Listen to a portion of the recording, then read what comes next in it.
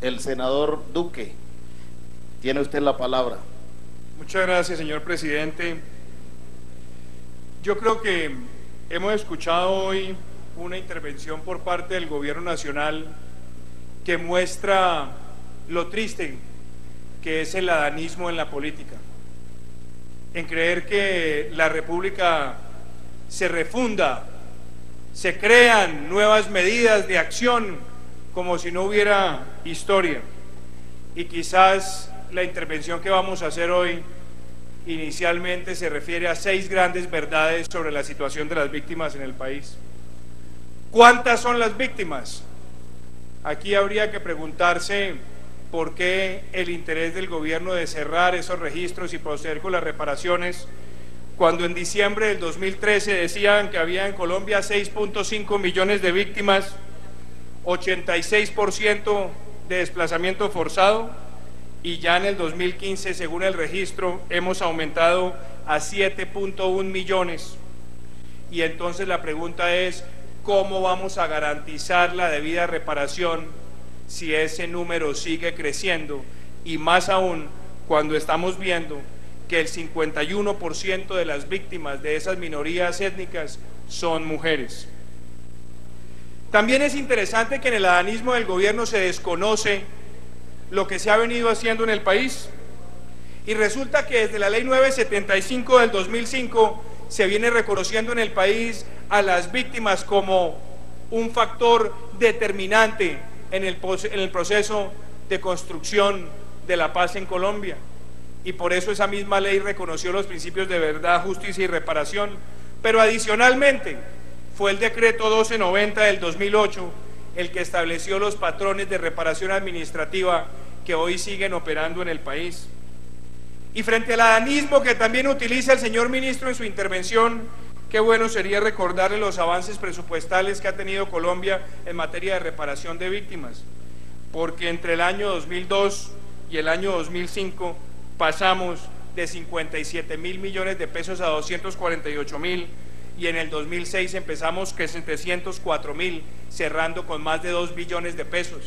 Claro, incorporando elementos de la sentencia T-025, pero teniendo una política de Estado que permitió la reparación a más de 60.000 personas. Ahora es interesante que el gobierno viene acá y nos presenta las cifras del cumplimiento de metas, de promesas. Qué bueno sería traer a colación lo que ha sido la evaluación del primer plan de desarrollo en materia de víctimas, según las cifras que maneja el propio Departamento Nacional de Planeación. Vemos, por ejemplo, que la meta de rehabilitación de víctimas, que era de 139.000, escasamente lleva a 40.000 personas de cumplimiento. Señor ministro Cristo, le agradezco que nos preste atención, que lo escuchamos nosotros a usted también. Usted nos ha dicho acá que el gobierno ha cumplido muchas de sus metas, y déjeme decirle lo que Planeación Nacional nos muestra. Mujeres víctimas de violencia sexual acompañados en su plan de reparación individual, la meta eran 19.441 y el cumplimiento es 1.771. Porcentaje de solicitudes de atención humanitaria de emergencia y transición atendida, apenas el 52% de la meta. Sujetos colectivos víctimas acompañados de su plan de reparación colectiva, tenían la meta de 280 y se cumplió apenas con 88. Y así, todas y cada una de las metas que se fijó el primer plan de desarrollo se han incumplido. Pero ahora el gobierno nos dice también que su nuevo plan de desarrollo es el que va a construir la paz en Colombia, y que ahí están reflejados los compromisos que tenemos con esta población víctima. Pues qué bueno sería también decirle a los colombianos que los mecanismos de transición hacia la paz en el plan de desarrollo apenas tienen el 0.2% del presupuesto de los más de 700 billones. Lo que se llama el goce efectivo de los derechos de las víctimas apenas tiene el 2.1% del plan de desarrollo, y lo que tiene que ver con la promoción, respeto y tutelaje de los derechos humanos, un menguado y escuálido 0.2%. No se le puede seguir diciendo al país que este es el gobierno de la paz, la equidad y la educación, cuando las cifras detalladas de su plan de desarrollo reflejan lo diametralmente contrario. Se nos habla ahora de la palabra posconflicto y que tenemos los recursos para atenderlo. qué interesante también es ver cómo en lo que tiene que ver con los montos de reparación de víctimas, la Corte Interamericana de Derechos Humanos había hablado de 40 salarios mínimos para desplazamiento forzado, después el Consejo de Estado habló de 50. Los decretos del 2008 que se tomaron tenían una recuperación o un monto de cerca de 27 salarios mínimos, y este gobierno ahora tiene 17 salarios mínimos de reparación, reduciendo cada vez más los montos para esa población víctima. Y deberíamos decir también con dolor que el COMPES de posconflicto que se ha fijado por parte del gobierno dice que en esos 46 billones están incluidos educación y salud, pero no precisa cuánto de esos montos en esos rubros realmente es para atender a esa población. Y la misma ley de víctimas, que está supuestamente orientada a tener esa reparación integral, esconde los montos en ese COMPES de posconflicto sin precisar en materia de salud y educación cuánto será efectivamente para la población que ha sido violentada.